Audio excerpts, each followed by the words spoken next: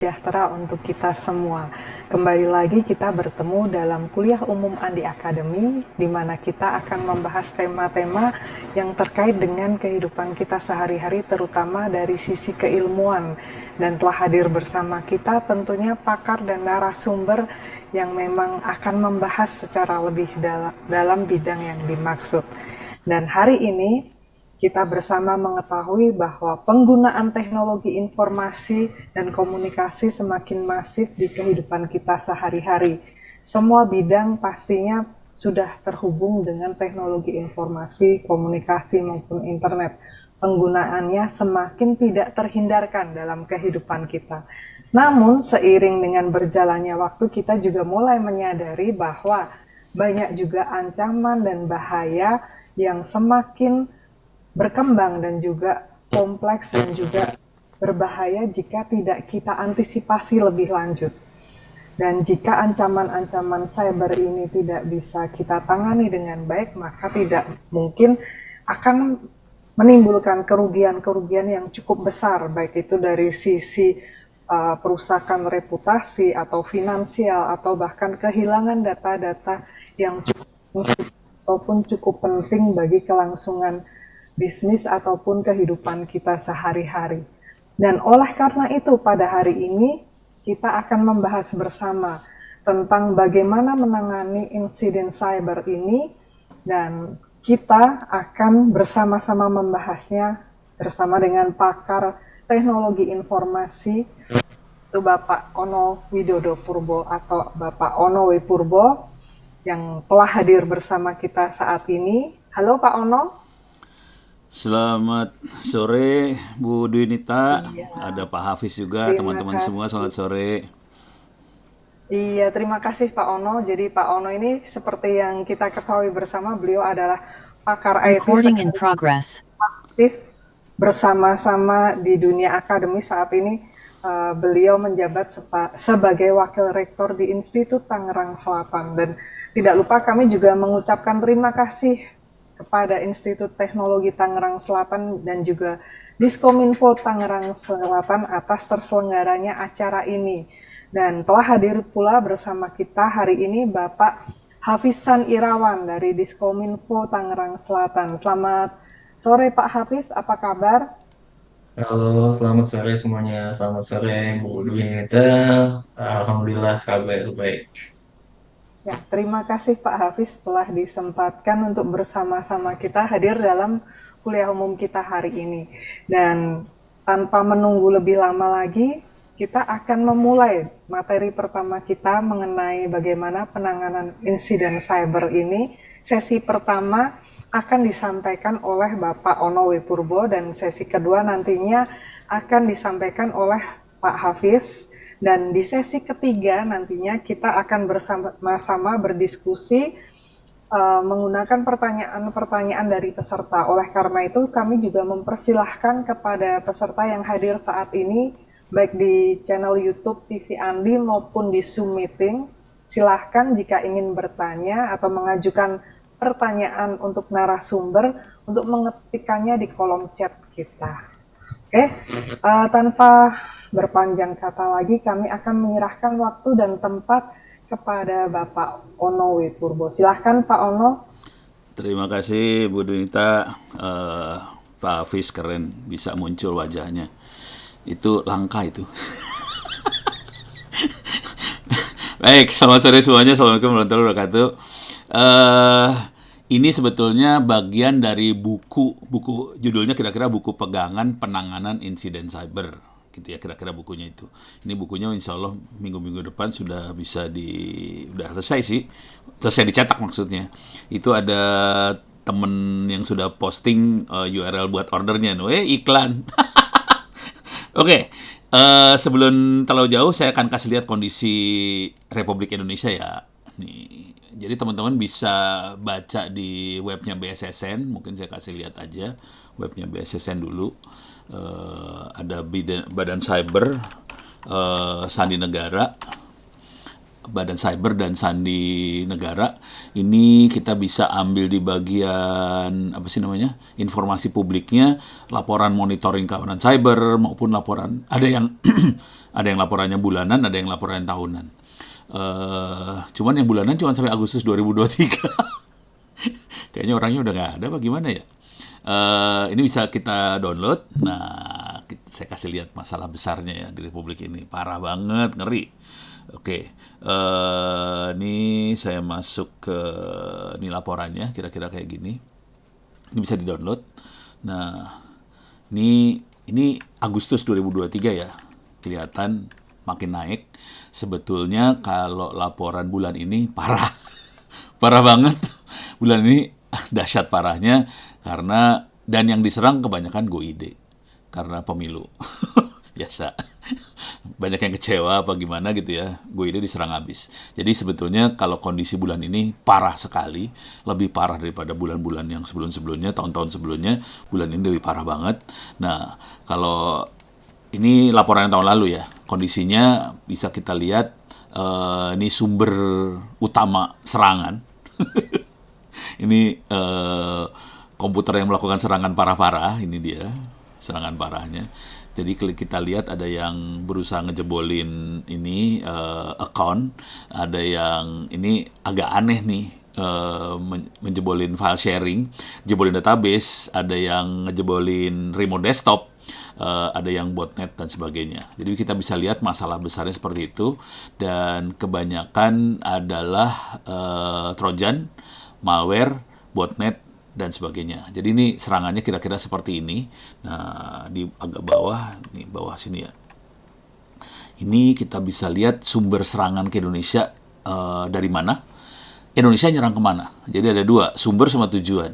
Sumber serangan dari mana, Indonesia nyerang kemana. Oke, ini kita bisa lihat sumber serangan Indonesia dari Indonesia dan Amerika.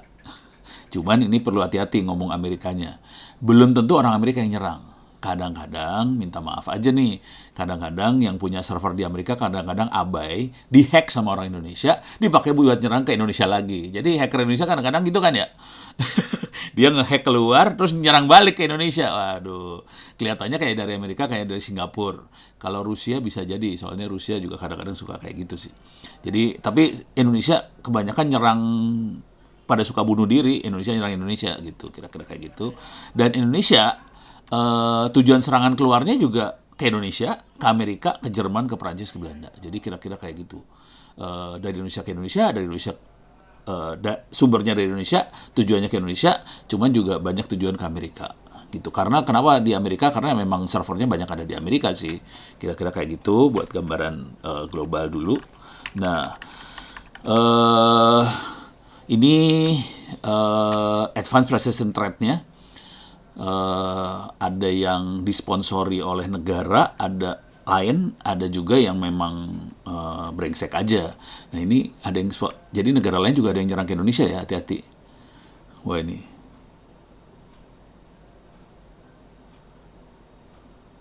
Oh itu ada Mas Vicky. Ternyata ada yang sampai Desember 2023 ya. Oke, mudah-mudahan tuh URL-nya. Oh di ID Sirtinya langsung.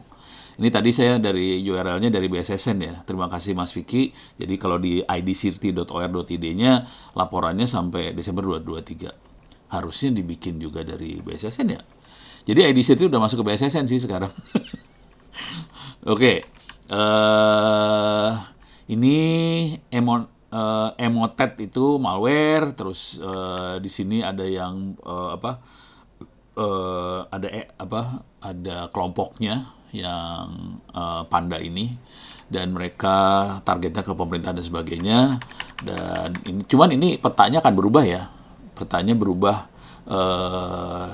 bulan ini berubah banget karena ini serangannya banyaknya ke ini, teman-teman di kantor pemerintahnya pada komplain semua sih karena serangannya parah banget di pemerintah gitu. Coba kita lihat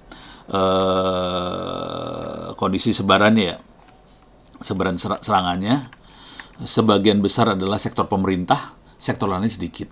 Jadi sebagian besar itu GoID yang diserang, habis di Indonesia. Jadi sebetulnya kita relatif aman.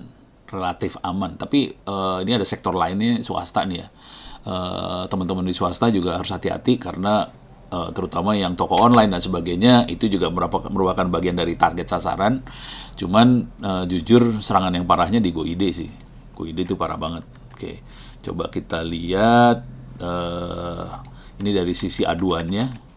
Aduannya kebanyakan cybercrime yang apa? Yang diadukan kebanyakan cybercrime, device, kemudian vulnerability indicator, ya kebanyakan ini sih. Kalau yang aduan dari luar ya. Cuman kalau mau ngelihat lebih horor sebetulnya lebih baik lihat di Bareskrim Polri. Itu kalau itu end user. Ini tadi yang barusan tadi sebelumnya adalah serangan-serangan yang sifatnya lebih corporate. Oke. Jadi kita buat ngasih bayangan aja. Cuman ini yang agak bahaya banget pemerintah sih sebenarnya. Dari jenis serangan seperti itu sebenarnya harus jadi masukan buat teman-teman di pemerintah, terutama kalau bisa jangan cuma ngandelin konsultan, harus diri sendirinya juga harus kuat. Nah ini kebetulan yang nulis buku pegangan penanganan insiden cyber, sebagian besar itu dari campuran dari Dinas Kominfo Tangerang Selatan dan dosen di ITTS, ini campuran konfigurasinya. Kalau ngelihat judul bukunya nanti penulisnya banyak banget itu. Saya kasih lihat kali naskahnya sedikit ya. Coba ini dia. Nih, kemudian kelihatan nih. Ini penulisnya banyak banget. Ini penulis buku yang apa ya?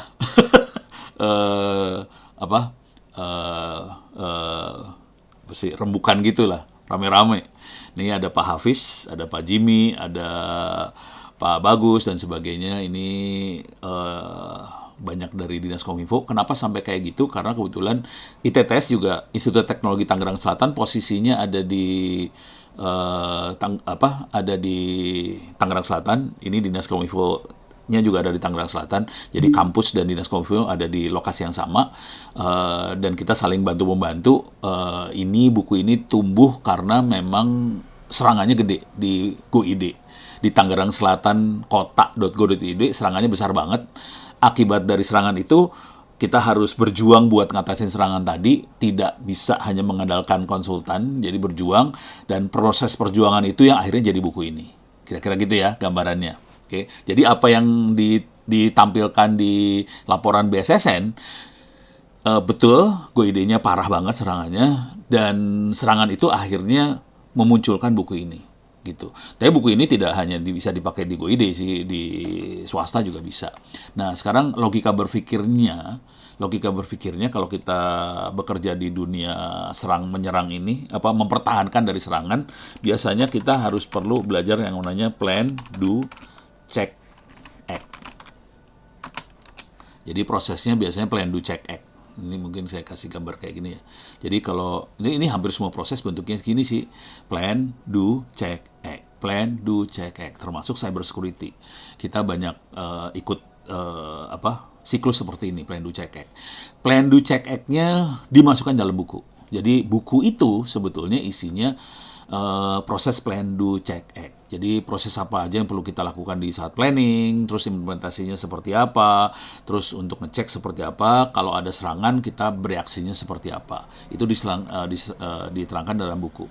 Mungkin saya akan highlight beberapa aja, terutama jadi seringkali pada saat ini saya gedein biar seru lah gambarnya kelihatan ya. Plan, do, check, act. Seringkali pada saat serangan terjadi, karena mungkin SDM-nya kurang belum biasa diserang, mungkin kayaknya terlalu sopan barangkali akibatnya belum biasa diserang. Seringkali kalau pada saat serangan yang dilakukan adalah bagian act sama check. Jadi kena serangan terus kita bereaksi terus cek. Plan do-nya nggak dikerjain gitu. Jadi waktu kita menggelar sistem kita kurang melakukan plan dan do untuk pertahanan. Jadi memang kita biasanya melakukan perencanaan untuk sistem informasinya. Jadi kalau kita pengen bikin layanan publik, bisnis prosesnya seperti apa, nah itu bagian plan do-nya untuk layanannya.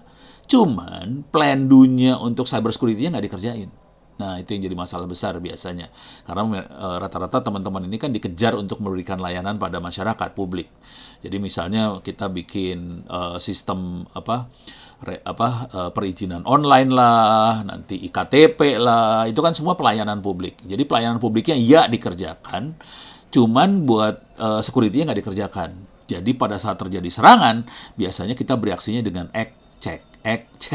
Plan do-nya nggak dikerjain. Jadi dalam buku ini diterangkan plannya apa, do-nya apa yang harus dikerjain. Contoh, waktu kita planning kita perlu, jadi kalau kita lihat pilarnya dari cyber security ada 3 pilar biasanya. Ada pilar people, manusia, proses itu prosedur, aturan dan sebagainya, itu proses, dan satu lagi, waduh, ada yang ngetok. Saya ulang, biarin aja lah. Ada people, manusia, proses, dan teknologi. People, proses, teknologi. Kita biasanya singkatnya PPT. Seringkali kita fokusnya pada teknologinya. Gitu. Jadi kita perlu server berapa besar, kita perlu jaringan berapa Mbps atau Gbps, kemudian aplikasinya pakai apa, segala macam teknologi banget lah kira-kira. Dan kita seringkali fokusnya development operation. Jadi kira-kira kayak gitu masalahnya. Jadi sangat teknologi banget. Prosedur dan sebagainya jadi kurang terperhatikan, apalagi manusianya. Nah, ini bagian yang banyak dibahas di plan-nya, kira-kira kayak gitu. Contoh manusianya harus ada sertifikasi, misalnya cyber security, ini misal ya, certification. Jadi ada cyber security certification, kita bisa lihat ada jenis-jenis sertifikasinya banyak banget. Nah ini sertifikasi, nah yang paling keren adalah yang ini sih sebenarnya yang saya suka. Ini dari Paul Jeremy, itu keren banget. Kita bisa ngelihat dari berbagai, ini juga kalau nggak salah kita bahas di dalam buku itu. Jadi, aduh mudah-mudahan kelihatan nggak ya? Coba saya cobain ya. Nah, kelihatan. Ini ada di cyber security, sertifikasinya ada beberapa pilar untuk communication network security, ada untuk autentikasi, untuk identitas authentication management, ada security architecture, ada asset security, security risk management, ada security assessment testing, software security. Nah, ini software security yang bagian yang perlu dilakukan di KPU. Audit software security. Sama security operation. Tapi dari semuanya, kalau kita lihat secara umum, oh iya teman-teman kalau ada pertanyaan silahkan posting di chat ya. Kalau ada pertanyaan silahkan posting di chat. Juga teman-teman di YouTube juga silahkan posting di komen. Nanti Bu Dwinita sama teman-teman akan menyampaikan. Dan saya akan nanti waktu Pak Hafiz menjelaskan, saya juga akan coba jelasin, akan coba jawab pertanyaan-pertanyaan itu di chat. Nah, ini kalau kita lihat dari sertifikasi yang ada, cara ngelihatnya gini, cari sertifikasi yang mengcover beberapa lini sekaligus. Contoh CISSP, ini mengcover banyak lini. Ada CASP, okay. Ada SSCP, tapi nggak banyak ya. Tapi ada 3, GSE, CISSP sama CASP. Itu 3 yang mengcover banyak bidang. Kebanyakan di Indonesia ngambilnya yang CISSP. Nah, ini jadi bagian dari planning. Kalau live di YouTube mana nih? Ya kalau udah ikutan di sini mah nggak usah lihat yang live YouTube. Soalnya teman-teman di Andi juga nge-live videonya ke YouTube juga sih. Tapi kalau udah ngeliat ke Zoom sih nggak masalah. Oke, jadi teman-teman itu di bagian planning, CISSP-nya jadi penting banget. Ambil orang-orang yang punya sertifikasi kayak gitu. Karena jam terbangnya oke sih sebenarnya. Cuman nanti di sertifikasi juga mungkin perlu, sertifikasi kan cuman ujian ya. Kalau ilmunya kayak ujian UAS atau UTS gitu ya. Udah sudah ujian apa aja gitu. Nah, sarannya sih tetap kalau bisa punya jam terbang di lapangannya. Jadi tidak hanya sekedar sertifikasi. Gitu ya. Kalau itu jawabannya tuh. Kalau live YouTube di TV Andi ada. Nanti juga rekamannya juga ada di TV Andi, jadi bisa dilihat sih. Oke, jadi kebayang ya, itu di bagian planning, di bagian planning juga kita juga akan ngevaluasi misalnya resiko. Informasi apa yang resikonya tinggi banget, yang berbahaya. Contoh, ini paling enak kasih contoh KPU ya. Parah gue. Contoh KPU. Kalau sampai angka naik turun itu berbahaya sekali untuk urusan trust, kepercayaan masyarakat pada KPU. Nah, itu harusnya direncanakan dari awal gitu. Gitu ya. Jadi bisa kita lihat ini di bagian planningnya apa aja yang berbahaya itu harus dipertahankan. Jadi emang dievaluasi serius sih sebenarnya. Oke. Oke, ini ada pertanyaan.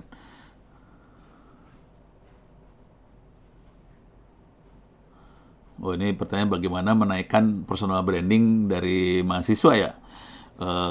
Kalau yang kita lakukan, kalau yang kita lakukan di ITTS ya, personal ini agak geser dikit masalah personal branding. Nanti ujung-ujungnya nanti bisa untuk dapat pekerjaan dan sebagainya ya. Kalau yang kita lakukan di ITTS, mahasiswa kita dorong buat nulis buku, terus ngomong di webinar. Dengan cara itu personal brandingnya naik banget. Jadi, tapi kita terbuka, maksudnya kalau ada teman-teman dari luar yang pengen nulis buku bareng dengan kita di ITTS, kayak ini kan teman-teman Diskom Info Tangsel yang nulis barengan sama ITTS. Jadi kita barengan nulis buku bareng, nggak masalah. Jadi nggak harus mahasiswa ITTS. Mahasiswa dari kampus manapun kita terima, terbuka dengan senang hati, kita kerjasama, kita nulis buku bareng supaya brand Anda bisa naik. Nah, nanti mungkin bisa dibantu sama teman-teman di Andi nih, supaya bisa terbit bukunya, nanti bisa bikin webinar, segala macam. Tapi kalau di ITTS aja sih, kita juga bikin webinar-webinar juga sih. Jadi mahasiswa, kalau Anda perhatikan postingan saya kan banyak sekali, kita ada webinar ini, webinar itu. Itu sebenarnya buat naikin personal branding si mahasiswa ITTS sih, supaya laku di dunia kerja. Gitu ya, mudah-mudahan nanti kampus-kampus lain juga bisa kayak gitu ya, supaya mahasiswanya jadi harganya naik kan, kira-kira gitu. Oke, kita balik lagi ke urusan ini tadi ya, yaitu bagian plan. Di bagian do, eh, di bagian do itu contohnya kita harus mengimplementasi pertahanan sebelum terjadi hal-hal yang tidak diinginkan. Contoh yang paling gampang adalah kita ini jarang dilakukan. Cuman di teman-teman di Diskominfo Tangsel akhirnya mereka melakukan hal ini. Jadi kita instalasi software-software untuk memonitor kalau ada serangan dan sebagainya. Sebagian software ini free. Nah, yang dibahas, oh ya, yang dibahas dalam buku ini semuanya pakai software open source ya, free. Jadi servernya pakai Linux, softwarenya open source segala macam. Jadi kita bisa implementasi dengan biaya murah banget. Jadi bisa dipakai di corporate, perusahaan dan sebagainya. Nah, di bagian do ini, oke, contohnya saya kasih lihat aja ya waktu kita instalasi ini, screenshotnya ada di buku nih ntar. Tapi saya kasih lihat di sini. Ini ada folder namanya SOC Security Operation Center. Di SOC ini screenshot ini masuk dalam buku sih sebenarnya. Jadi dalam buku diterangkan bagaimana cara menginstalasi software-software untuk monitoring serangan. Ini setelah terinstall kita bisa ngelihat seperti ini kira-kira. Ini namanya Kaleido softwarenya, free. Ini semua software free ya, jadi nggak pakai duit. Kita bisa lihat, terus juga coba saya nextin. Ini OSIM, oke. OSIM juga dia network monitoring. Dia bisa tahu aset-aset yang penting ada di jaringan apa aja. Kemudian dia monitor log, monitor aset gitu. Nanti tampilannya kira-kira seperti ini sih. Ini IP address buat manajemennya di mana. Nah, dia ini kebetulan ini install kosongan, jadi ini nggak ada alarmnya, belum ada, eventnya belum ada, kejadian yang berbahaya belum ada, semuanya belum ada, masih kosong semua ini karena baru diinstal. Tapi kira-kira tampilan kayak gitu, bayangkan kalau serangannya banyak banget, terutama hari-hari ini di GoID itu banyak banget serangannya. Kalau harus orang yang monitoring nggak mungkin. Jadi kira-kira kayak gini. Untuk akses bukunya boleh bagi linknya. Yang ada kuliah sih. Jadi kuliahnya ada. Jadi kalau bukunya ada kalau bukunya ada di Andi itu yang bakal terbit. Tapi kalau kuliahnya saya kasih lihat dulu. Kuliahnya tuh ada. Kita ada kuliahnya free kalau kuliah. Kalau buku di Andi ya. Tapi jujur sih materi kuliah sama buku gak beda jauh sih sebenarnya. Cuman bentuknya kuliah. Gitu, saya kasih lihat aja kuliahnya dari sini. Ini free. Salah. opencourse.itts.ac.id. Saya ulang lagi, opencourse.itts.ac.id. Bentuknya kuliah. Di sini bentuknya e-learning pakai Moodle. Coba saya cari yang cyber security ya. Jadi ini bagian dari kuliah cyber security sih sebenarnya. Cuman, nah ini dia kuliah cyber security-nya. Jadi saya ulang URL-nya. Coba cyber security saya klik ya. Mudah-mudahan dapat URL langsung. Nah ini dia. URL-nya saya ambil, saya taruh di chat ya. Tapi cara paling gampangnya gini, masuk aja opencourse.itts.ac.id. Saya ulang, opencourse.itts.ac.id. Kemudian daftar, free, gratis buat semua orang, boleh. Tidak harus buat mahasiswa ITTS aja, ini buat seluruh Republik Indonesia. Bahkan kalau mau di copy, terutama buat SMA, SMK jaringan, kalau mau di copy juga silahkan. Dan nanti kita bisa, jadi ini isi bukunya kira-kira, isi materi kuliahnya, sebagian dari buku itu ada di sini. Cuman kalau buku itu agak lumayan kental dari pengalaman dari teman-teman di Dinas Kominfo. Ini bakal diterangkan nanti sama Pak Hafiz ya. Oke, saya akan coba lanjutkan sedikit lagi. Jadi kita sudah sampai kita bisa lihat screenshotnya seperti apa. Ini banyak banget softwarenya free. Ada Wazoo, ada OSIM, banyak banget lah software-softwarenya, dikasih contoh-contohnya, screenshotnya seperti apa, cara installnya seperti apa, nanti kalau ada apa-apa monitoringnya seperti apa, bisa kita lihat di bagian Nah, di bagian cek itu ada tip dan trik kalau misalnya hackernya udah masuk, kita ngecek hackernya gimana, cara nyari hackernya gimana sih? Gitu. Jadi di bagian cek itu dijelaskan juga bagaimana cara cari hacker yang masuk. Contoh paling sederhananya, saya masuk ke server saya nih. Ini server saya di rumah. Salah. Saya zoom in ya. Saya zoom in biar kelihatan lebih gede. Ini minta maaf nih, makanya command line. Kita bisa top. Di sini kita bisa lihat aplikasi apa aja yang sedang berjalan. Ini ada 2 aplikasi yang lagi jalan besar ngambil resource. Dan ini fdoops itu buat ngelihat apakah ada file yang duplicate. Ini ada pertanyaan dari Pak Rido Gayu Hanaki. Saat ini instansi pemerintah SKPD kegeser. Mana tadi? Kok hilang? Oh iya deh. Saat ini instansi pemerintah baik Kominfo, SKPD, kabupaten kota sudah posisi menghuni level SDM IT Security. Saat ini sebenarnya baru diakui sebagai staf IT pada umumnya. Alhamdulillah. Ya soalnya kayaknya banyak yang panik gara-gara jebol-jebol gitu ya. Mudah-mudahan ini harapan saya, mudah-mudahan alokasi anggaran, alokasi SDM buat IT sama security naik banget. Karena banyak kasus terutama di bank ya. Ada bank B, bintang itu yang kena ransomware, segala macam. Itu gede sekarang. Jadi direktur udah alokasin anggaran gede-gedean. Dan saya seneng banget dengar bahwa ternyata Diskominfo, SKPD Provinsi, Kabupaten Kota sudah alokasin seperti itu. Nah, cuman teman-teman yang bekerja di situ kalau bisa jangan cuman bekerja karena ada alokasi aja, tolong diperbaiki juga ilmu-ilmunya supaya aman, benar-benar aman.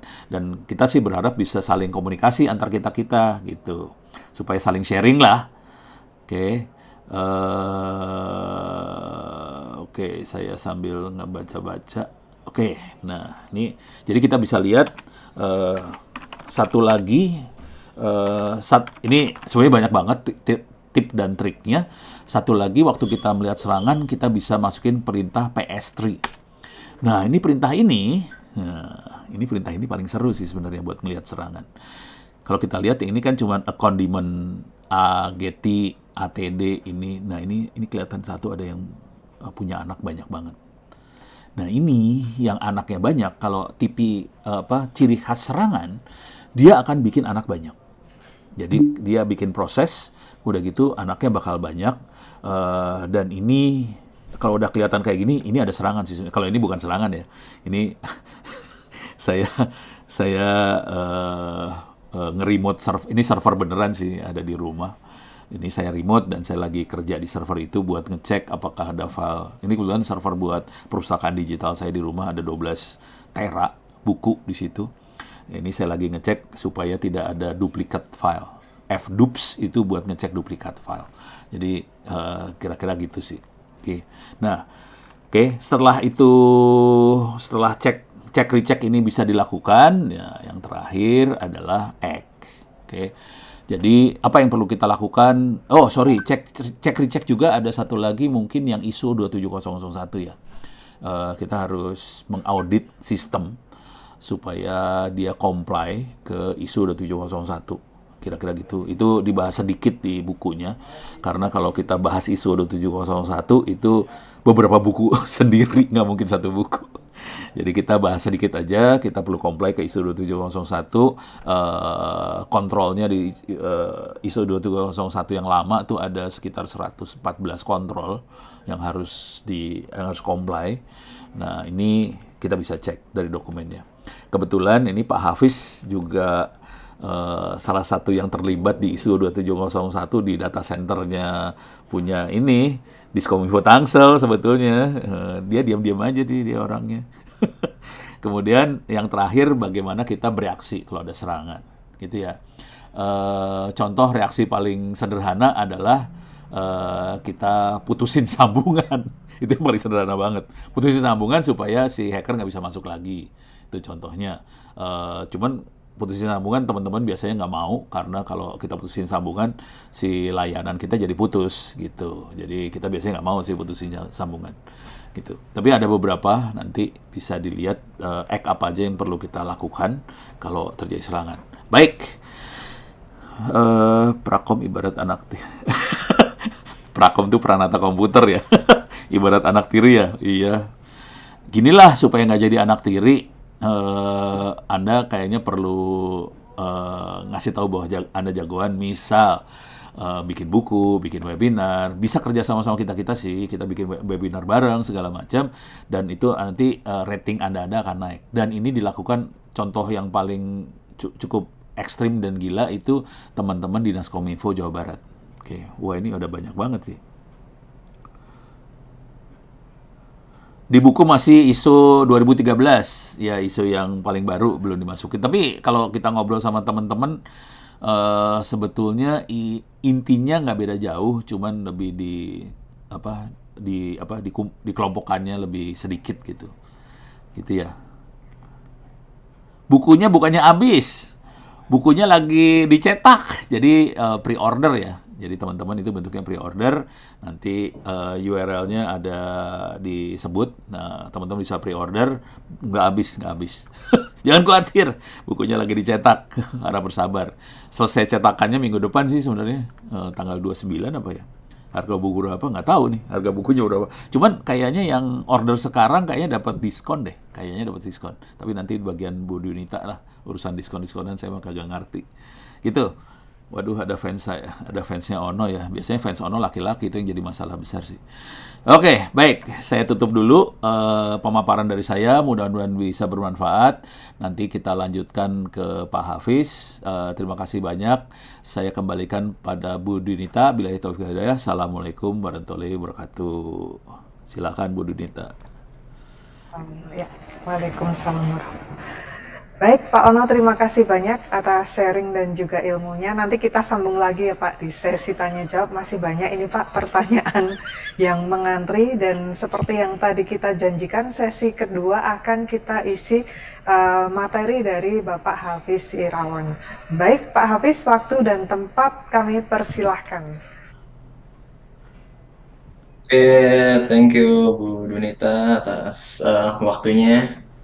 Saya langsung share screen aja materi yang mau kita coba sharing. Sebenarnya di sini kita sharing sih karena di kita sendiri di Diskominfo Tangsel ya masih belum best practice banget kayak yang company-company atau instansi yang sifatnya scalable-nya udah tinggi banget. Kita juga masih belajar, namun proses belajarnya itu kita kita salurkan ke buku tadi. Jadi memang benar kata Prof. Ono, kita bikin buku ini bareng-bareng karena memang ada case realnya loh. Kita realnya karena beberapa bulan yang lalu, apa tahun yang lalu lah. Tahun yang lalu itu kan di di government itu lagi sering-seringnya diserang sama jadi online gitu. Jadi online, Xmrix, dan lain-lain. Sedangkan eh, kita di government itu belum se-mature company-company besar gitu yang memang sudah punya alat yang lebih canggih, punya tim yang lebih canggih, punya SOP yang sudah dijalankan bertahun-tahun sehingga penanganannya akan jauh lebih baik gitu daripada yang di government. Dan kita coba aplikasikan yang memang sudah jadi best practice di dunia nyatanya ke government karena ya dari instansi atau dari organisasi atau perusahaan dari scale yang paling kecil sampai scale yang paling besar kayaknya memang wajib deh apa namanya punya salah satu prosedur atau langkah-langkah apa yang digunakan semacam handbook gitu yang digunakan untuk tim IT-nya khususnya di cyber security untuk nanganin insiden yang terjadi di organisasi atau perusahaannya gitu. Jadi eh perkenalan dulu mungkin ya. Saya Hafiz Zanirawan, biasa dipanggil Hafiz. Saya di Diskominfo Tangsel. Memang di bagian security-nya. Di sini saya selain megang teknisnya juga megang apa namanya firewall dan lain-lain, megang juga di masalah kebijakan. Jadi kalau tadi Prof Ono jelasin juga untuk sertifikat apa namanya tentang keamanan, sebenarnya simpelnya itu dibaginya kebijakan dan teknis sih. Kayak kebijakannya yang misalnya sertifikasi ISO, sertifikasi NIST, sertifikasi CIS, atau masuknya ke C kayak yang Certified Ethical Hacker, dan itu banyak banget cabang-cabangnya tadi yang udah jelasin sama Prof. Onu. Mungkin langsung aja ke paparan eh, kali ini.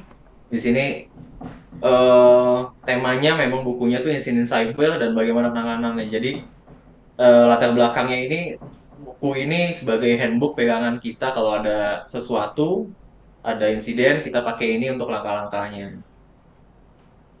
Kita coba next. Nah, ini kenapa sih kita bikin buku ini, bikin handbook ini? Ini sebagai panduan bagi kita. Jadi di kita kebetulan memang di Diskominfo Tangsel kita sudah punya CISET yang alhamdulillah CISETnya jalan gitu. Jadi memang di salah satu target BSSN itu memang di setiap KLPD atau KLD gitu kementerian, lembaga dan dan pemerintah daerah itu punya CISET, tapi kita bisa lihat jalan atau enggak nih CISET-nya karena terkadang ada unitnya atau ada kelompoknya CISET atau SOC tapi nggak berjalan untuk nanganin insiden-insiden yang ada gitu. Lalu ini sebagai konsistensi respon kita. Jadi respon kita terhadap insiden itu ada prosedurnya gitu. Jadi nggak asal-asalan ada insiden kita langsung gerabak kerubuk yang mungkin kalau tindakan kita nggak sesuai dengan insidennya malah bisa membahayakan aset kita ke depan gitu. Jadi ada kebetulan waktu itu pengalaman aja ini sambil cerita juga ya. Jadi pengalaman juga saat kita nanganin sempat waktu itu kasus Xmrix. Jadi ada backdoor di server kita. Ternyata kalau kita bertindak, hackernya itu langsung bertindak balik gitu. Jadi kita sempat ribut secara dunia maya. Kita ganti password, dia ganti lagi passwordnya sehingga kita harus rollback server kita ke backup yang sebelumnya, lalu kita matiin beberapa proses yang suspicious gitu, yang apa namanya, yang mencurigakan, lalu tiba-tiba dia delete beberapa file. Jadi memang kalau kita ketemu dengan hacker yang tanda kutip udah jago, itu agak bahaya. Makanya kita harus ada step-stepnya nih, apa aja, apa dulu yang kita lakuin supaya resiko-resiko aset kita tuh bisa kita apa namanya, kita minimalisir gitu. Jadi mengurangi risiko juga dampak apa yang terjadi terhadap aset. Lalu kita bisa bantu juga dalam pencatatan, jadi kita tahu kapan ada insiden, gimana penanganannya, kita kita dokumentasi semuanya. Lalu yang terakhir adalah meningkatkan kesadaran dan ancaman keamanan cyber gitu. Jadi buku ini juga berfungsi untuk kita ngerti ini ancaman cyber, walaupun memang ancaman cyber itu bisa dinamis ya, maksudnya tadi diperlihatkan oleh Prapono, tren tahun ini sama tahun kemarin ya pasti beda gitu, dan tren tahun depan pasti akan beda lagi. Jenis malware-nya, jenis trojannya, jenis hackingnya, jenis exploit-nya pasti akan beda-beda gitu. Next, ini tadi yang dijelasin sama Prapono. Jadi kita pakai konsep PDCA, Plan Do Check Act. Jadi kita rencana dulu, lalu kita ngelakuin hal yang memang sesuai dengan rencana, lalu kita cek lagi apakah rencana kita, apakah do kita itu sesuai atau enggak. Kalau ada improvement, kita act, kita kasih, kita evaluasi, kita implementasi evaluasi kita, nanti akan muter lagi ke plan lagi. Dan itu sebuah siklus, jadi akan muter terus gitu. Dan ini memang standar apa ya, standar flow yang kita gunain dimanapun gitu sebenarnya. Di bisnis juga plan do check act, di IT juga plan do check act. Jadi ini sebenarnya eh, sebuah flow yang kita kita kita implementasikan supaya kerjaan kita tuh nggak acak-acakan gitu, nggak asal gerabak gerubuk yang malah nanti bisa bisa merusak aset kita gitu. Nah, di plan apa aja sih? Ya, ini juga sebenarnya ada di buku, tapi di sini kita coba paparin pointer-pointernya aja. Jadi, plan itu ngapain sih? Kita security awareness dulu nih. Kita kasih tahu ke tim, ke semua tim sih, ke semua tim. Nggak tim IT aja, tapi ke tim-tim lain bahwa password itu harus kayak gini loh. Atau kalau nyimpen password itu jangan di kertas loh.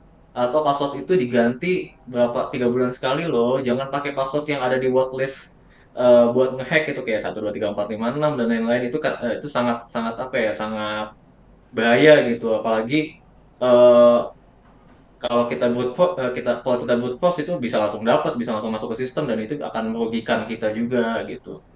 Lalu yang kedua, penilaian risiko. Jadi nah, risiko ini kita nilai ke aset kita dan pelayanan kita. Misal, di Diskominfo kita punya layanan hosting untuk perangkat daerah di eh, Tangerang Selatan gitu. Resikonya apa sih? Resikonya misalnya kalau listrik mati, nah, itu resikonya apa? Nanti perangkat daerah ngamuk, layanannya nggak jalan, karena memang kita udah biasa pakai elektronik, kita pakai digital, layanan yang nggak jalan itu akan mengganggu pelayanan publik juga. Jadi apa sih mitigasinya? Kita punya UPS, apakah lalu saatnya UPS, kalau UPS mati juga apa sih risikonya? Risikonya nanti layanan makin lama terhambat. Lalu apa sih mitigasinya? Mitigasinya kita beli genset. Jadi ya, penilaian risiko itu wajib sih, wajib banget supaya kita bisa memetakan apa aja yang harus kita beli, apa aja yang harus kita siapkan gitu. Lalu yang ketiga, pembentukan tim. Nah, ini tim juga harus sih dari tadi, dari organisasi yang sifatnya kecil maupun besar, at least punya tim SOC atau CISET.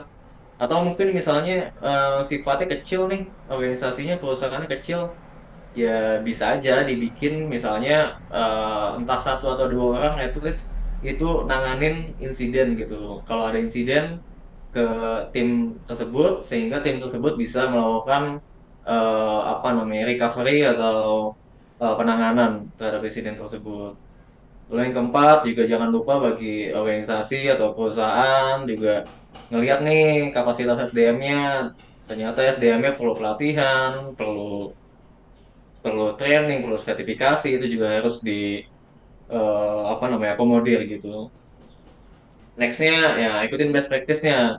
Setiap apa ya, setiap produk, setiap framework pasti punya best practice gitu. Misalnya kita ngoding gitu, ngoding pakai bahasa apa, pakai bahasa Angular atau pakai Laravel, pasti ada best practice-nya gitu. Kita bisa lihat dokumentasinya.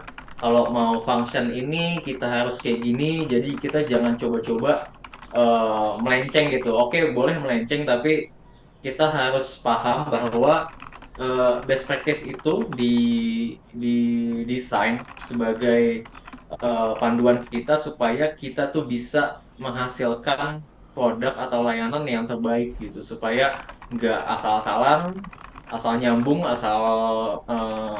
asal apa asal bisa digunain itu akan jadi masalah ke belakangnya, apalagi kalau yang sifatnya perusahaan besar gitu. Misalnya dari awal bikin bikin apa namanya arsitektur ngasal gitu tanpa tanpa ada panduan yang jelas, tanpa ada best practice yang jelas, nanti akan jadi masalah saat kita mau scalable ke tingkat yang lebih gede gitu. Jadi rapiannya akan ribet lagi gitu.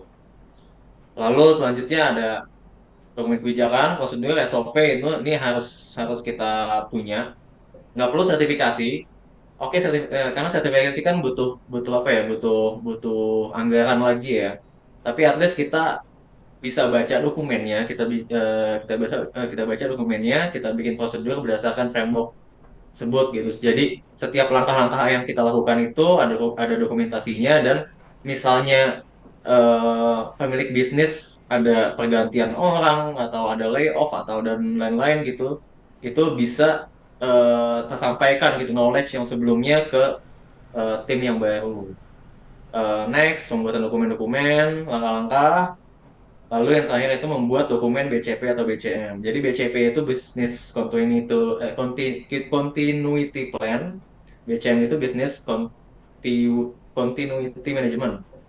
Jadi ini salah satu yang penting juga. Jadi BCP dan BCM itu gimana kalau layanan kita mati? Apa yang kita lakukan? Ini harus kita kita harus punya gitu. Jadi eh, ini bisa diimplementasikan nggak kayak insiden cyber aja, tapi insiden yang sifatnya fisik juga gitu. Misalnya tadi listrik mati, gimana cara recovery-nya, atau backupan kita hilang, atau server kita rusak, atau misalnya kena retas server kita bisa lakukan langkah-langkahnya, ada BCP-nya. Kita layanan kita tuh harus up 2 jam, minimal down 2 jam, atau maksimal down 24 jam, itu harus kita bisa petakan dari berapa pentingnya sistem itu dan penggunanya itu siapa aja gitu. Nextnya ini dokumen-dokumen kita kasih contoh. Ini ada pembentukan CISET, kita ada SK wali kotanya karena ini sifatnya government, kita punya SK wali kota, kita ada SOP juga nih, manajemen insiden keamanan informasi, ini bisa dilihat. Lalu ini ISO 27002. Nah, alhamdulillah sih di kita di data center kita tahun kemarin kita udah bisa sertifikasi ISO 27001 yang tahun 2022. Lalu ini ada framework lain lagi. Jadi sebenarnya framework tentang security itu banyak banget. Jadi tinggal pakai aja sebenarnya. Jadi di situ ada langkah-langkah apa aja yang kita harus penuhi supaya eh, sistem atau aset kita itu sesuai standar gitu pengolahannya. Ini dokumen-dokumen kebijakan kita. Nah, lalu eh, next ke do. Nah, do-nya itu ngapain sih? Do-nya itu yang ngelakuin penanganannya gitu. Tadi plannya udah, nih saat ada kejadian apa yang kita lakuin do-nya?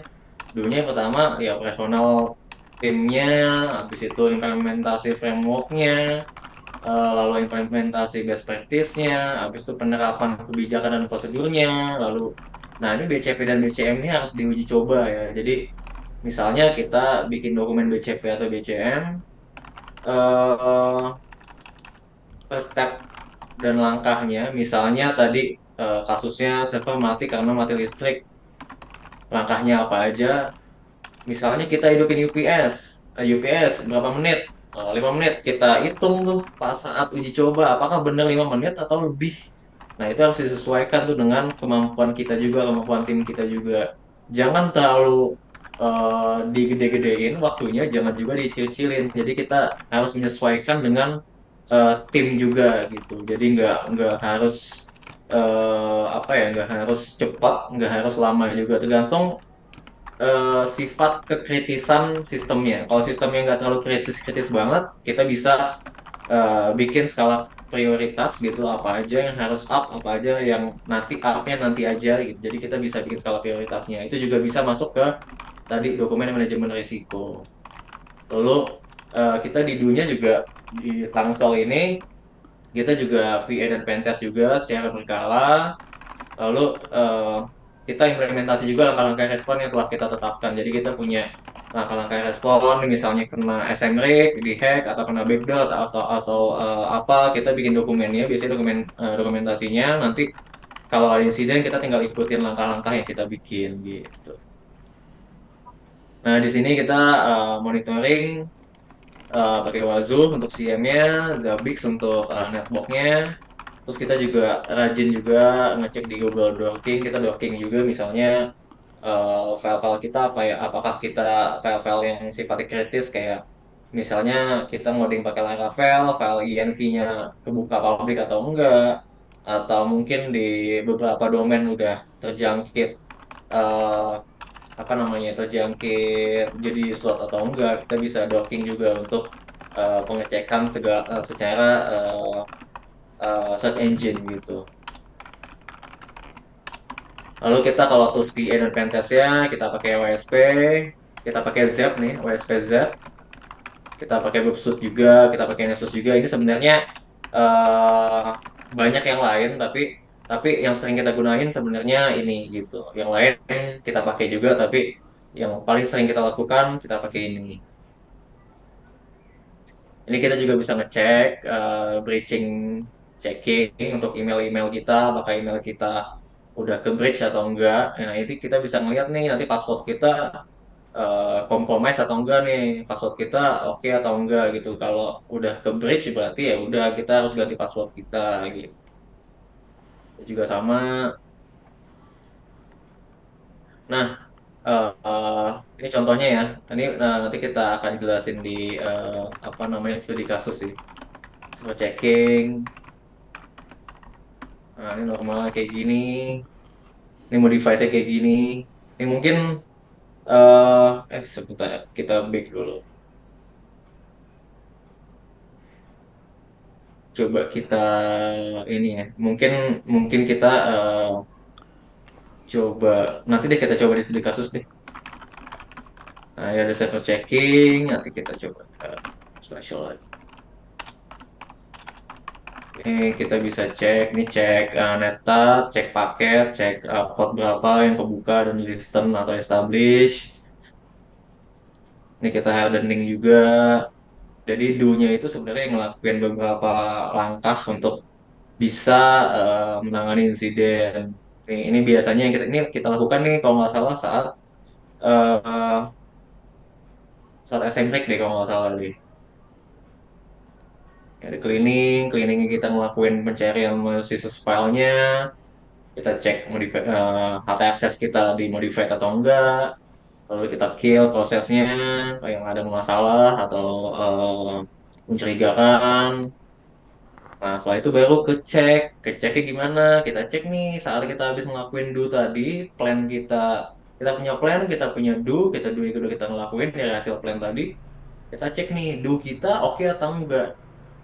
Nah, saat ngecek do kita bagus atau enggak ya nanti akan kelihatan gitu. Ternyata saat kita lakuin langkah-langkah yang tadi kita udah rencanakan masih jebol juga nih ya, berarti harus ada evaluasi. Nah, evaluasinya itu nanti akan masuk ke sini gitu. Kita bisa identifikasi area perbaikan dan pembelajaran gitu. Jadi sehingga dokumen tersebut, dokumen apa namanya ya, handbook tadi, handbook handbook langkah-langkah penanganan itu akan selalu terupdate dengan situasi masa kini gitu. Jadi jangan sampai kita punya handbook, kita punya prosedur itu ternyata udah nggak relate lagi dengan keadaan sekarang. Nah ini hacknya evaluasi sih, evaluasi itu implementasi hasil evaluasinya sehingga nanti kita akan siklusnya akan ke plan lagi gitu, ke plan lagi, ke do lagi, ke cek lagi, ke act lagi, dan itu akan selalu muter-muter aja gitu. Nah, studi kasusnya, kalau di sini kita coba buka studi kasusnya. Nah, ini ya, di sini kita bikin langkah waktu itu, bikin langkah-langkah. Jadi waktu itu emang banyak server kita yang ternyata compromise, ada eccentric di dalamnya gitu. Apa sih yang kita lakuin di sini? Kita bikin nih stepnya nih supaya tim yang lain itu ngikutin step ini gitu. Jadi kita bisa monitoring juga langkah-langkah yang dilakuin oleh tim. Jadi kan tim itu kan beberapa orang. Terkadang ada tim yang salah satu anggota tim yang terlalu berani gitu. Karena untuk mitigasi ini kita harus hati-hati juga gitu. Takutnya nanti resikonya ada hacker yang mungkin lumayan jahat, kita bisa dihapus semua server dan kita ternyata nggak punya backup, itu akan masalah gitu. Kita nggak punya data lagi. Nah, di sini kita bisa lihat eh proses tinggi, tapi saat di hardtop itu nggak ada di sini nih. Di proses tinggi kita bisa lihat nih CPU nih. CPU 99% prosesnya, tapi saat kita lihat di rincian hardtopnya nggak ada tuh yang tinggi, paling tinggi 1,3. Nah, kita waktu itu bikin script hidden process detection pakai Python. Nanti mungkin bisa kita liatin juga, atau sebentar deh, saya coba liatin deh.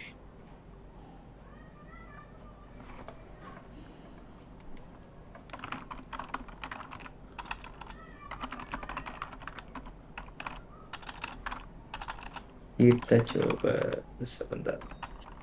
Recording stopped. Kalian saja.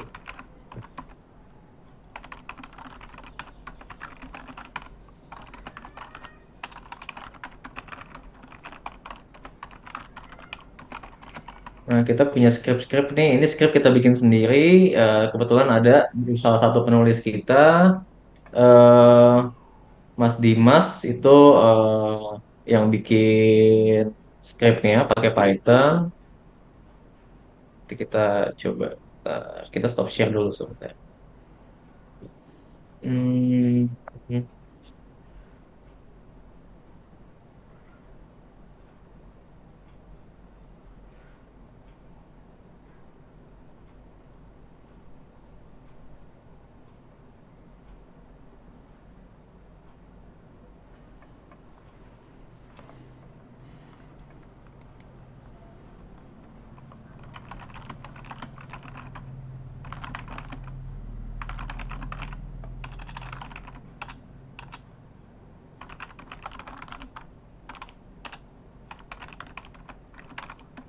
agak lama ya. Ini kita lanjut dulu deh, lanjut ini, nanti kita coba cek.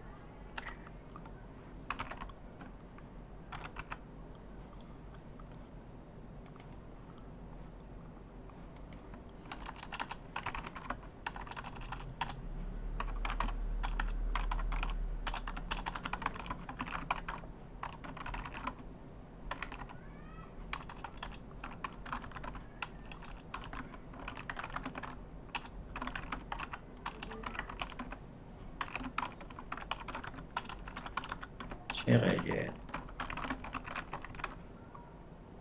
Share.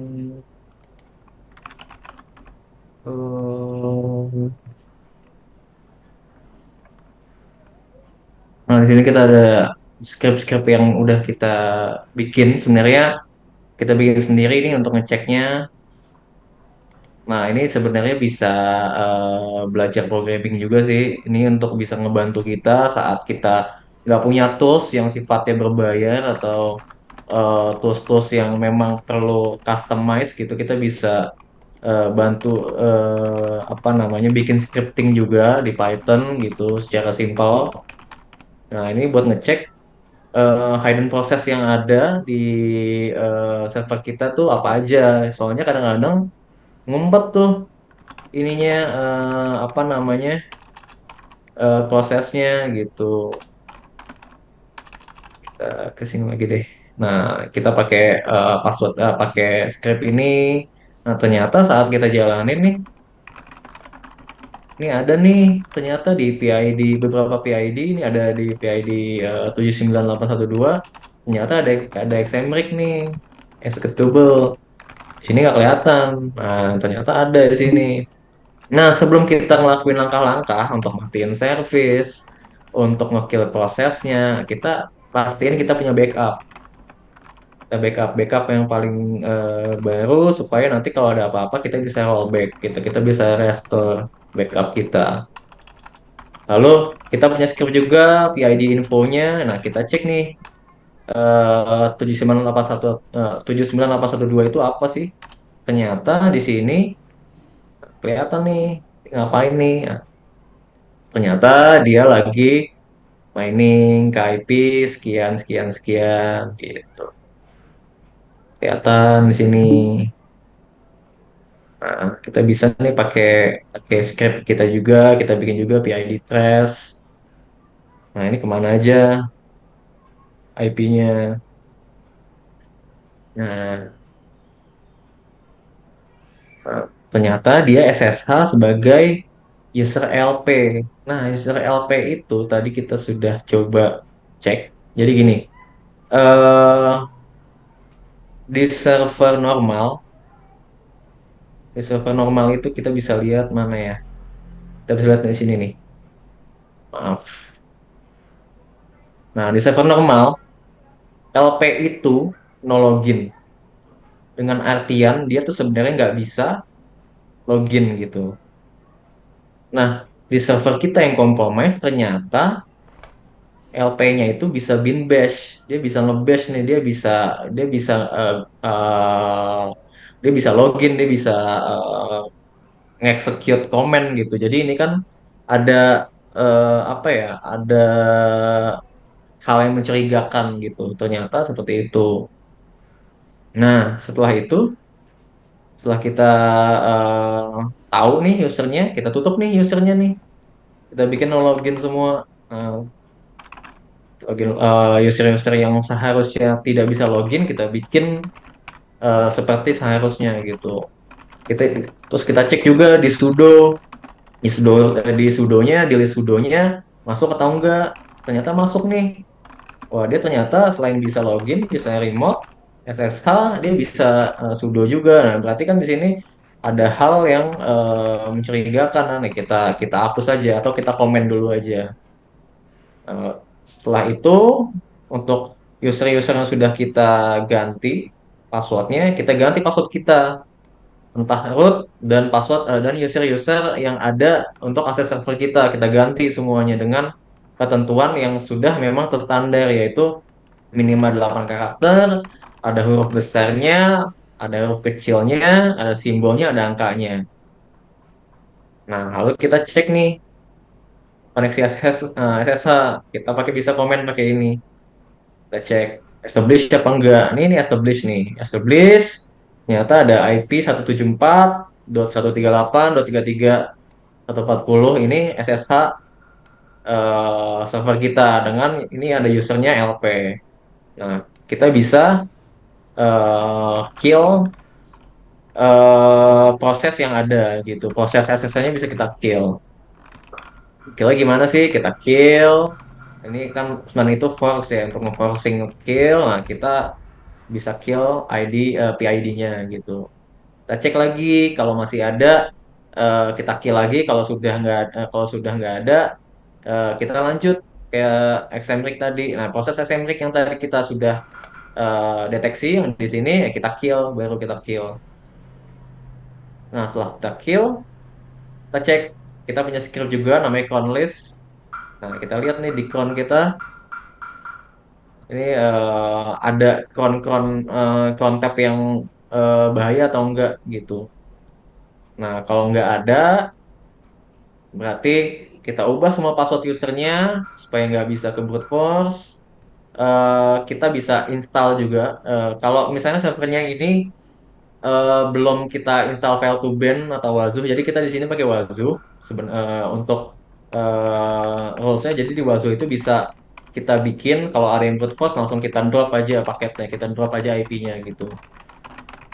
Terus kita coba update servernya juga supaya kalau ada kerentanan CVE yang terbaru bisa kita tanggulangi.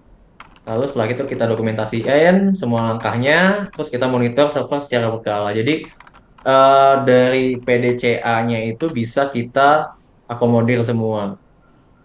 Nah, tadi mau ngasih lihat juga, saya mau ngasih lihat juga, eh, tadi Prof. Ono udah ngasih tahu tren di BSSN, laporan BSSN. Kalau kita juga ada nih sebenarnya nih, ini di Wazoo kita refresh dulu deh. Kita monitoringnya pakai Wazoo untuk monitoring lognya. Nah, ini 24 jam aja banyak loh yang report for ini yang authentication failure aja udah ada 95.000 ini dalam satu waktu 1 jam. Ini bisa kita lihat eh ini saya udah bikin filter query-nya. Nah, ini kita bisa lihat di sini. Nah, ini country name-nya kita bisa lihat nih. Kalau di kita sih Cina ya yang paling banyak ya. China itu paling banyak, kedua tuh Lituania, ketiga South Korea kita bisa visualize. Nah, ini paling banyak nih kita Cina nih. Ini dalam sehari ya, ini bisa dicek juga nih. Misalnya this week gitu. Nah, masih Cina sih. Ini karena kita pakai tadi pakai rules untuk kalau ada yang ngebut force kita langsung blok IP-nya, langsung kita drop paketnya. Ini dalam 1 minggu aja Cina udah 628 dan ada negara-negara lain juga yang mengikuti gitu.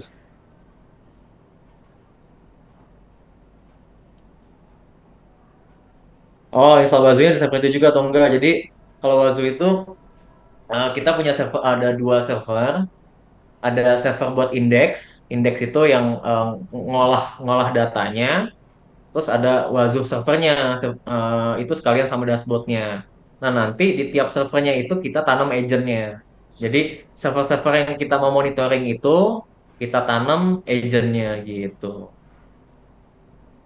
Nanti sistemnya sama kayak kalau kalau di network atau di ini kita kayak kayak Elasticsearch atau pakai Splunk. Jadi ngelempar log ke server gitu. Isi lognya kita bisa cek. Lalu ada apa lagi nih? Nah, rajin patch, update dan baca-baca bugs ya. Jadi kita, nah kalau kita bisa apa ya, kita punya CM atau punya monitoring kayak gini, misalnya Wazoo ini, kita pakai Wazoo, nah free ya. Jadi kita pakai aja yang open source. Itu kan bisa kelihatan juga yang ini CVE CVE-nya gitu. Ini CVE berapa, dapat CVE berapa gitu. Nih misalnya di sini ada vulnerabilities. Kita bisa select agentnya, misalnya misalnya ini, nah ini CV-nya bisa kelihatan juga gitu. Ini ada yang kritikal berarti harus diupdate, ada yang high harus kita update gitu. Kadang-kadang kita update juga masih udah CV-nya ya berarti masih 0 day gitu.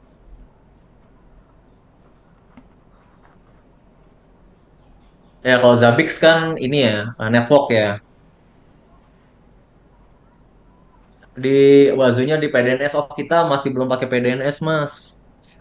kita punya data center sendiri, jadi kita masih maksimalin data center kita sendiri dulu. PDNS-nya belum kita pakai. Kita udah punya usernya sih, tinggal pakai, tapi belum kita optimalkan gitu yang di PDNS.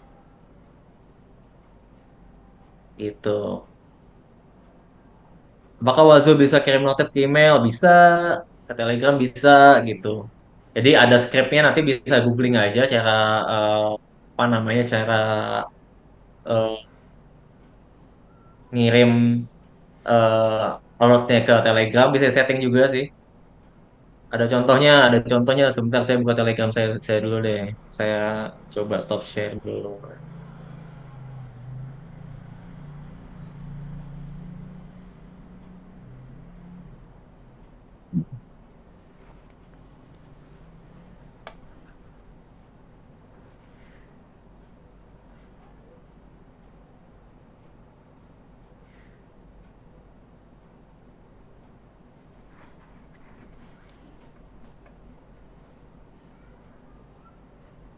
Kita coba share Telegram kita.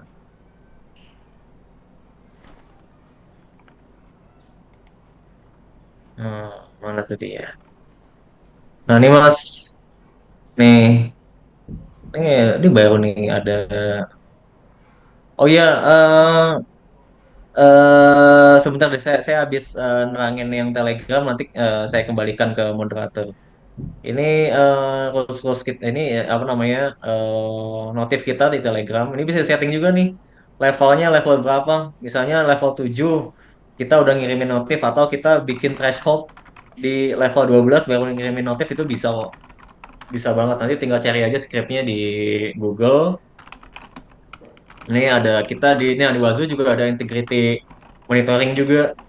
Jadi kalau ada file yang di delete, ada file yang ditambah, ada file yang diupdate, itu bisa juga kelihatan di sini. Kelihatan juga MD5 sum-nya berapa gitu. Ini banyak nih karena saya setting ke 7, jadi lumayan banyak sih notifnya. Nanti bisa setting aja kalau terlalu berisik gitu, nanti bisa disesuaikan gitu. Oke, mungkin sekian paparan dari saya. Saya kembalikan ke moderator dulu.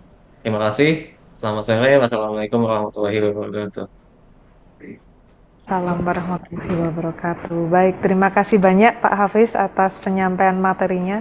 Di sini saya lihat memang sebagian besar sudah dijawab Pak Ono untuk pertanyaan yang di chat room. Sudah dijawab oleh beliau, dan tadi ada beberapa juga langsung on the spot dijawab oleh Pak Hafiz ya. Terima kasih banyak, malah memperingkas sesi tanya jawab kita ini Pak. Dan mungkin biar adil, gantian saya bacakan beberapa pertanyaan yang juga sudah banyak masuk ke redaksi pada saat pendaftaran peserta kemarin. Apakah boleh saya mulai sekarang Pak untuk pembacaan pertanyaan yang sudah masuk ke redaksi? Boleh, yang jawab Pak Hafiz ya? Oke, baik. Saya baca untuk pertanyaan pertama ya. Ini dari Institut Teknologi Rokan, Bapak Fitra Yuda menanyakan bagaimana peran forensik digital dalam menangani insiden cyber. Silahkan, ini Pak Hafiz atau Pak Ono Wah, ini ini? Pak Hafiz ini cocok. Pak Hafiz cocok banget itu. Prof, Silahkan Pak Hafiz Prof aja, Prof. Waduh. dari Jadi Institut gini sih. Teknologi Rokan Hilir ini. Ah, ini ini aja ya, sepengetahuan saya aja ya. Jadi digital forensik itu kan digunakan saat kalau kalau kalau di sini kita lihat di PDCA ini akan berfungsi di ceknya. Jadi saat kita punya masalah, kita kerjain tadi insidennya, kita bisa tuh bikin image dari server kita bikin offline dulu, kita bikin DD dulu nih di server kita, baru kita lakukan digital forensik untuk ngelihat lebih dalam apa aja yang terimpact ke serangan tersebut, siapa pelakunya, IP-nya IP mana, supaya kita punya waktu yang lebih panjang. Karena eh, kalau forensik digital kan sifatnya kita harus ini dulu ya, apa ya istilahnya ya, kita kita kita amankan dulu barang buktinya gitu. Jadi barang buktinya yaitu server tadi kita amankan dulu baru kita cek secara offline gitu. Jadi kalau di kita sih masih belajar juga untuk digital forensik, tapi yang selama ini kita lakukan kita langsung live aja, langsung live di servernya karena memang layanan-layanan yang kita punya itu eh, harus segera live gitu, digunakan oleh banyak pihak sehingga kita beresinnya di live. Tapi memang kita bikin image juga apa namanya server yang terdampak sehingga kita bisa eh, cek juga secara digital forensik gitu. Itu sih. Mungkin Prof Ono mau nambahin, Prof. Enggak, udah keren keren banget. Ono? Oh ya, oke, kita masuk ke pertanyaan berikutnya ya kalau begitu. Oke, ini ada pertanyaan dari Universitas Bandar Lampung, Nicholas Kevin menanyakan, mengapa insiden cyber dianggap sama bahayanya dengan senjata kinetik dan menjadi ancaman bagi Indonesia? Silahkan, kayaknya cocok untuk Pak Ono ini pertanyaannya. Silahkan Pak. Waduh, Ya nih, ini global nih, pertanyaannya besar Tuh, nih harus Prof Ono. kan Pak Ono. jadi tapi ini Pak Hafiz bisa nambahin curang dia. Tapi kira-kira gini lah. Pertanyaan kita bisa nanya balik ke diri kita sendiri masing-masing ya. Kalau internet kagak ada, kita bisa hidup nggak sih sehari ini? Itu dulu sih. Jadi bayangkan kalau internet nggak ada, pasti kita kelimpungan semua. Konsekuensi itu kayak makanan kalau nggak ada kita masalah. Kalau bensin nggak ada kita masalah. Terus masalah kalau yang konvensional ya, bisa makanan, bensin, rumah, jalan dan sebagainya itu konvensional. Dan itu teknik serangannya dengan meledakan atau kasih apa senjata biologis lah itu yang kayak gituan. Nah sekarang kita bayangin ke diri sendiri, kalau internet kagak ada terus gimana? Kita pasti jawabannya sederhana, kita pusing, nggak bisa kerja, nggak bisa hidup.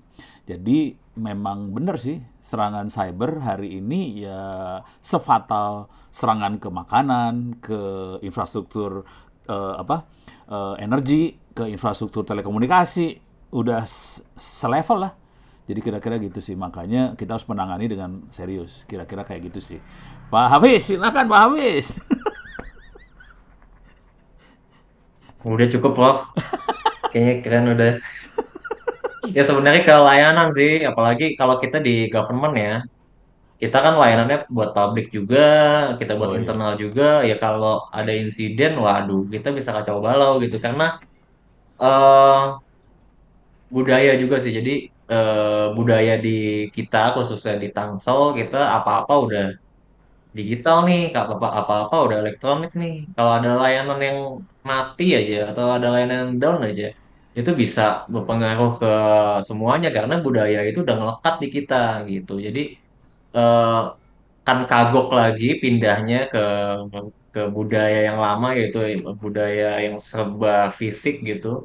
Harus pakai kertas lagi, harus tangan-tangan manual lagi dan itu akan apa ya? Akan ribet gitu karena Nah, kita udah biasa serba digital gitu. Jadi ya akan mempengaruhi layanan kita ke publik juga yang biasanya kita daftar untuk cetak KTP online, nanti kita nerima apa namanya nerima masyarakat lagi di loket itu kan perlu apa ya ada effort lebih gitu. Jadi untuk dunia yang serba digital sekarang ya akan apa akan kelimpungan kita gitu. Terima kasih Pak Ono dan terima kasih Pak Hafiz. Kita langsung ya ke pertanyaan berikutnya dari Sukma Wahyuwardono di sini menanyakan, insiden cyber apa yang paling sering terjadi di Indonesia, yang paling happening dan bagaimana how to-nya. Jadi yang paling sering insiden cybernya yang bagaimana, yang jenis apa? Silahkan Kalau versi Pak Hafiz Diskominfo itu mungkin. Pak Hafiz. Tadi udah dijelasin sebenarnya. Mau ngomong lagi Pak Iya Hafiz? udah jelasin sih, nah, udah jelasin tadi. Kalau di kita, kalau di ini kita nggak bisa ini nggak bisa potretnya nggak bisa kita generalin se Indonesia sih. Tapi kalau potretnya di Kominfo Tangsel, ya kita saat ini sih backdoor judi online. Exemrek gitu-gitu aja sih sebenarnya. Dan alhamdulillah sampai saat ini sih nggak ada efek yang signifikan karena memang ya itu tadi plannya tuh harus dikencengin dulu gitu, jangan gerobak-gerobok, jangan kalau setiap ada eksekusi harus punya backup gitu karena saat kita eksekusi itu ya kita berhadapan dengan hacker yang kita nggak tahu nih kapasitasnya sampai mana, jangan-jangan dia jago banget sehingga nanti kita bisa kelimpungan gitu. Jadi plannya harus jelas dulu sebelum kita bertindak gitu.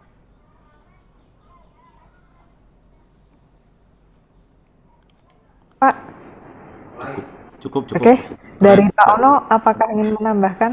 Eh, Ya, Nambahnya ini aja ya, bisa dilihat di rekaman. Di bagian awal kita terang oke, siap.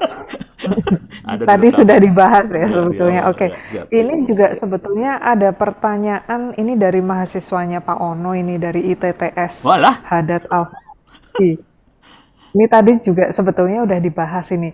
Apa yang menyebabkan insiden cyber terjadi dan bagaimana mendeteksinya agar data pribadi perusahaan maupun pemerintah itu bisa jauh lebih aman. Terima kasih. nah lo, Pak Oke. Hafiz gimana Pak Hafiz?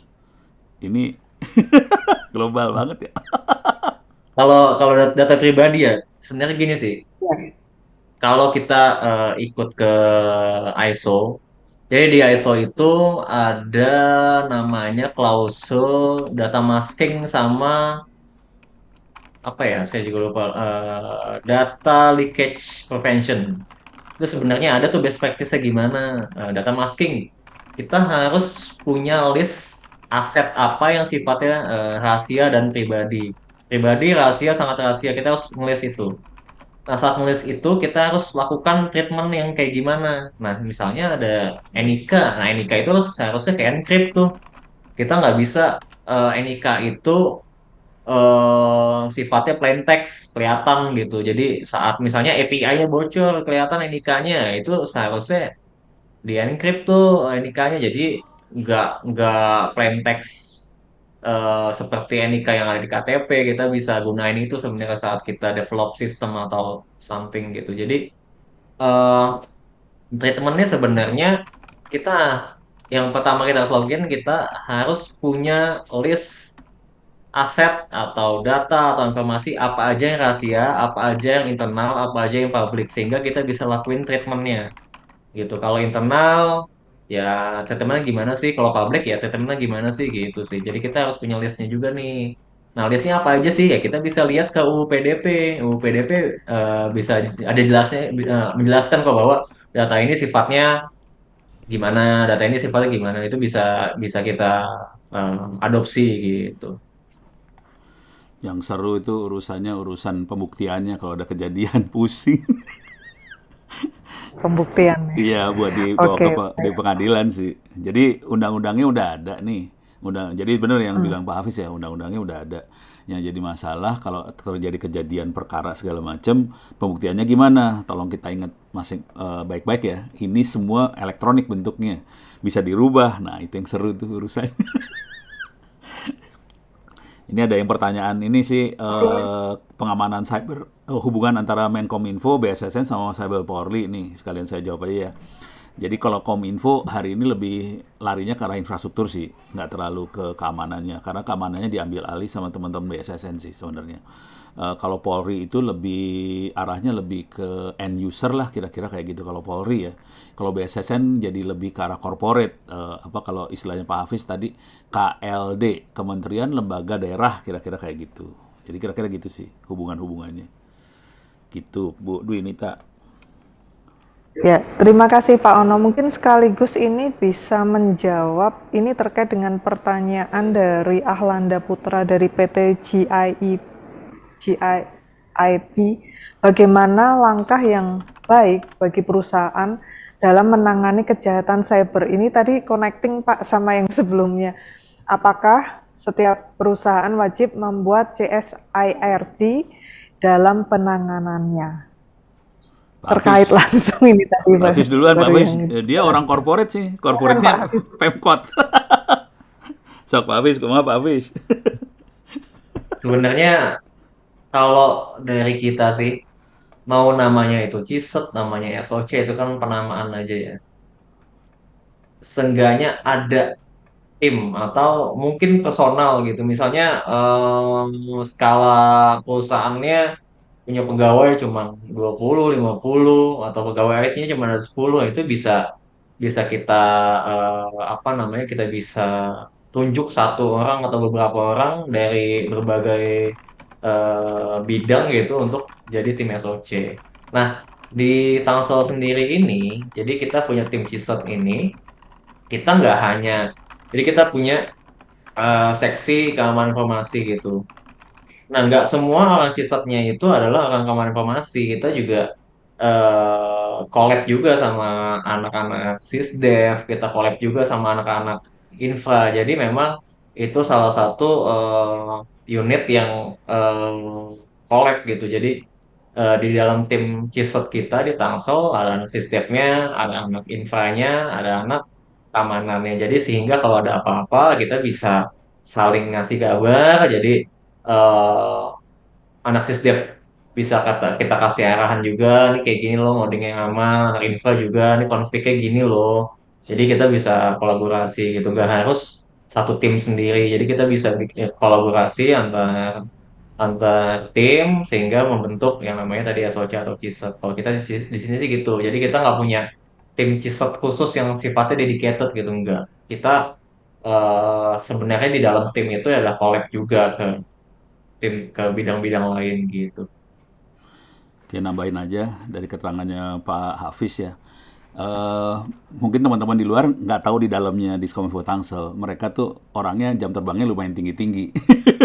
Makanya collab itu jadi relatif mudah dilakukan karena mereka memang udah tahu kerjaan masing-masing, jam terbangnya lumayan tinggi. Nah, yang akan susah di luaran kalau orangnya jam terbangnya kurang tinggi. Jadi kita perlu training apa segala macam. Kalau mau juga bisa mungkin collab sama Diskomfort Tangsel lah kalau mau di training segala macam. Soalnya kalau belum tinggi agak berabe juga sih proses itu gitu kira-kira. Oke, baik, baik Pak Ono, Pak Hafiz. Ini masih banyak sekali Iya, pertanyaannya, tapi mungkin keterbatasan waktu, saya bacakan pertanyaan terakhir saja ya Pak. ya siap. Atau kita bikin seri berikutnya Pak Hafiz, Pak Ono. Ini animonya tinggi sekali. Ini dari Alex Gufron dari Bank Mega Syariah menanyakan tentang langkah mitigasi yang perlu dilakukan apa saja jikalau terjadi insiden cyber, bagaimana melakukan recovery, penanganannya, serta tantangan kejahatan cyber ke depannya apa saja. Wah, komplit ini Pak Wah, pertanyaannya. ini Ini Pak Hafiz kayaknya ini yang Pak Hafiz orangnya lebih detail 1, 2, daripada Ono 3 nih. pertanyaan. Iya, jadi Tiga Pak Hafiz pertanyaan. orangnya lebih detail dari Ono nih. Pak Hafiz bisa disamperin nggak tadi slide-nya? Pak Hafiz sudah terangnya dalam bentuk slide sih sebenarnya. Gimana gimana tadi ini pertanyaannya saya tadi lagi balas chat jadi agak ini Ya, oke. agak Langkah kabur. mitigasi yang perlu dilakukan apa saja jika terjadi insiden cyber, kemudian bagaimana melakukan recovery, penanganannya, serta tantangan kejahatan cyber ke depan. Jadi ada 3 pertanyaan Pak Hafiz. Disummary dari slide-nya Pak Oke Hafiz oke aja oke. dah. Iya. Ya, Kalau kita mungkin sih di beberapa sudah Discovery dijelasin Tangsel, di depan ini sebetulnya. kalau kita di Discovery Tangsel sebenarnya ya tadi plannya kita bikin tim. Kita bikin tim, kita tahu apa yang harus kita lakukan. Kalau ada something A kejadian kita harus hubungin siapa, kita udah bikin prosedurnya gitu. Jadi akan lebih mudah untuk koordinasi dan lain-lain. Lalu saat do-nya tadi, kita harus tahu juga nih akar masalahnya apa. Dan setiap masalah itu akan beda-beda penanganannya. Jadi memang harus apa ya? Itu tadi peningkatan kapabilitas, peningkatan informasi juga bagi kita-kita itu wajib update gitu, update setiap bulan dijadwalkan atau setiap 3 bulan sekali sehingga kita tahu nih kalau ini penanganannya kayak gimana, ini penanganannya kayak gimana. Dan memang harus hands on dan ini juga sih apa namanya ya punya punya sense ngulik gitu. Misalnya di judi online, kata-kata judi online itu nge-deface dia awalnya pasti eh, dia inject shell, jadi inject shell ke program kita, yang misalnya program kita punya function upload atau eh, lain-lain gitu. Nah, saat inject shell dia bisa tuh baru nge-deface kita, dia bisa upload halaman judinya dia bisa upload sesuatu lah yang bisa merugikan kita gitu. Nah, saat penanganannya gimana? Kita cek dulu server kita gimana, kondisinya gimana, kita cek dulu file-file yang maliciousnya apa, kita tandain dulu, jangan dieksekusi, jangan di-delete dulu, kita tandain satu-satu. Ini koneksinya kemana? Ada yang SSH dari luar, siapa aja? Ini IP yang ke whitelist atau enggak? Lalu tadi di sisi user, ada beberapa user yang sifatnya mencurigakan atau enggak, kita bisa list juga. Nah, saat kita udah ngelist semuanya yang apa bukti-buktinya gitu. Ini harus apa, baru kita pastiin server kita ada backupnya atau enggak nih. Nah, kalau ada backupnya, silakan deh tuh kita apa namanya ya, cleaning gitu. Kita hardening sesuai dengan langkah-langkah yang telah kita bikin tadi gitu. Kalau belum punya backup, kita backup dulu. Nggak apa-apa nggak apa-apa backupan yang kotor tadi nggak apa-apa. Seenggaknya kita punya backup gitu. Nanti setelah di backup, kita coba apa respon insiden tadi, kita udah lakuin responnya, kita cek nih secara berkala. Besok atau besoknya lagi ya itu kita kita tentuin, kita ngeceknya kapan aja. Berulang lagi nggak insidennya? Kalau berulang lagi berarti harus ada yang kita harus cek root cause-nya apa. Ternyata tadi di codingan sistem ada file upload yang enggak tersanitasi gitu. Ya udah berarti kita remediasi itu apa namanya aplikasinya gitu. Jadi nah saat kita remediasi, kita cek lagi, kita cleaning lagi, kita hardening lagi, kita cek lagi sampai semuanya benar-benar clear gitu. Jadi pastiin kita punya backup dan pastiin langkah-langkah yang kita lakukan itu terdokumentasi. Jadi saat ada kejadian lagi, kita bisa ngelakuin langkah-langkah yang tadi kita dokumentasiin. Gitu sih kalau kita. Ya, keren, keren. Dah. Baik, Kayaknya perlu bikin terima kasih workshop ini banyak habis Pak ini. Hafiz. Pak Ono. Enggak, Iya, udah kita keren. lanjut workshop boleh. Kayaknya Andi perlu Ini bikin workshop deh. dari chat room banyak yang minta Pak lanjutannya ini. Pak Ono dan Pak Hafiz apakah setuju Iya, Pak kita Hafiz adakan setuju sesi banget tuh kayaknya. atau workshop? Gimana Pak Hafiz? Dia udah ketawa. Paling besok saya kalau Iya, ketemu di Diskomiwo saya dimarahin sama dia. Sama teman-temannya dimarahin saya. Iya. Oke, terima kasih banyak Pak Ono dan juga Pak Hafiz. Ilmunya luar biasa pada hari ini. Jadi benar-benar kita diajari tadi bahkan step by step-nya sudah beliau tunjukkan ya. Dari awalnya plan, do, check, dan lain-lain sampai aplikasinya luar biasa. Banyak sekali ilmu yang kita pelajari hari ini. Bahkan mungkin belum cukup Pak Ono, Pak Hafiz. Masih banyak yang penasaran. Ini di chat room masih terus mengalir dan juga di pertanyaan redaksi yang masuk ke redaksi masih banyak yang belum terjawab. Oke, namun lepas dari itu kita tetap berterima kasih banyak atas kesempatan yang sangat baik pada hari ini di mana kita diajari dan juga dibagikan banyak sekali ilmu tentang keamanan cyber, bagaimana penanganan dan pencegahannya. Terima kasih banyak, terutama kami ucapkan kepada Bapak Ono W. Purbo dan Bapak Hafizan Irawan atas waktu juga ilmunya, dan tidak lupa kami juga mengucapkan terima kasih sebesar-besarnya kepada Institut Teknologi Tangerang Selatan dan juga Diskominfo Tangerang Selatan atas kerjasama yang luar biasa atas penerbitan buku maupun acara kita hari ini. Semoga ilmu yang kita bagikan baik melalui konten digital hari ini maupun melalui buku yang nanti kita edarkan tidak lama lagi bermanfaat bagi kemajuan teknologi dan juga kemajuan bangsa kita terutama. Akhir kata saya Dwinita Andriastuti mewakili kerabat kerja yang bertugas pada hari ini mengucapkan terima kasih dan selamat sore, sampai berjumpa kembali di acara kita berikutnya. Wassalamualaikum warahmatullahi wabarakatuh. Waalaikumsalam. Waalaikumsalam. Terima kasih semuanya. Wah, ada yang minta link absen.